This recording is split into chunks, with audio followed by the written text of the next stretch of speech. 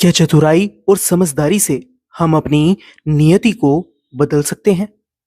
हम सभी इस जीवन को जीने में व्यस्त रहते हैं, लेकिन एक गहरी सच्चाई हमेशा हमारे साथ रहती है कि मृत्यु का कोई भरोसा नहीं।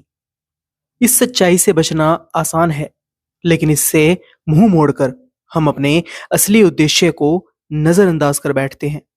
आज की यह साखी आपको इस गहरे सत्य से जोड़ते हुए बताती है कि कैसे हमारे प्रयास, हमारी कोशिशें नियति के आगे कमजोर साबित हो जाती हैं। तो बिना देर किए शुरुआत करते हैं आज की साखी की। एक बार भगवान विष्णु कैलाश पर्वत पर भगवान शिव से मिलने पहुंचे। वहां जाते समय उन्होंने गरुड़ को द्वार पर छोड़ दिया और स्वयं अंदर चले गए। कैलाश की अद्भुत सुंदरता देखकर गरुड़ मंत्रमुग्ध हो गए। चारों ओर बर्फीली चोटियां, शांत वातावरण और अपूर्व प्राकृतिक शोभा थी। वहीं उनकी नजर एक छोटी सी खूबसूरत चिड़िया पर पड़ी। चिड़िया कुछ इतनी सुंदर और मासूम थी कि गरुड़ का सारा ध्यान उसी पर केंद्रित हो गया। उसी समय यम देवता भी कैलाश पर पधारे। गरुड़ ने देखा कि यमराज ने उस नन्ही चिड़िया को देखकर एक आश्चर्य भरी दृष्टि डाली। गरुड़ समझ गए कि यमदेव की दृष्टि उस चिड़िया पर क्यों ठहरी है। यमदेव उसके प्राण हरने वाले थे। गरुड़ के हृदय में उस नन्ही सी चिड़िया के प्रति दया उमड़ पड़ी। वे उसे मरता हुआ नहीं देख सकते थे। उन्होंने सोचा कि अगर वह चिड़िया यहाँ रहेंगी तो उसका अंत निश्चित है। तुरंत उन्होंने उस चिड़िया को अपने पंजों में पकड़ा और उसे हजारों कोस दूर एक गहरे जंगल में छोड़ आए।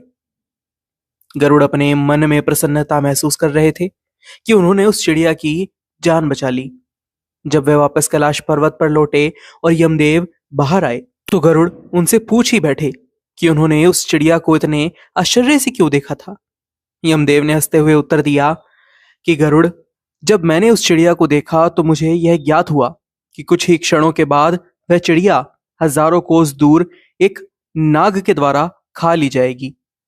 मैं यह सोच रहा था कि वह इतनी छोटी सी नन्ही सी चिड़िया इतनी जल्दी इतनी दूर आखिर कैसे पहुंचेगी, परंतु जब अब वह यहाँ पर नहीं है तो मुझे विश्वास हो गया है कि वह अपनी नियति को प्राप्त कर चुकी होगी। यह सुनकर गरुड़ समझ गए कि मृत्यु को टाला नहीं जा सकता। हम चाहे जितनी कोशिश कर लें, अपनी नियति को बदल नहीं सकते। चाहे हम कितनी भी चतुराई दिखाएं, मृत्यु का समय और स्थान अटल है। यह साखी हमें सिखाती है कि इस जीवन का भरोसा नहीं है। हमें यह नहीं पता कि हमारी आखिरी सांस कब होगी। इसलिए जीवन को मोह माया में ना बिताते हुए हमें उस सच्चे उद्देश्य की ओर बढ़ना चाहिए जिसके लिए हम इस दुनिया में आए हैं, परमात्मा की भक्ति और आत्मा की मुक्ति। समय बर्बाद किए बिना मालिक के नाम की साधना में अपने आप को लगाना ही हमारी असली मुक्ति का मार्ग है। जीवन के सच को अपनाना और उसके अनुसार जीना ही हमें सच्ची शांति की ओर ले जाएगा। आज की यह साखी आपको कैसी लगी, अपनी राय हमें कमेंट बॉक्स में जरूर बताइएगा। फिलहाल के लिए इतना ही। एक बार फिर से लौटेंगे एक नई साखी के साथ। तब तक के लिए राधा स्वामी जी।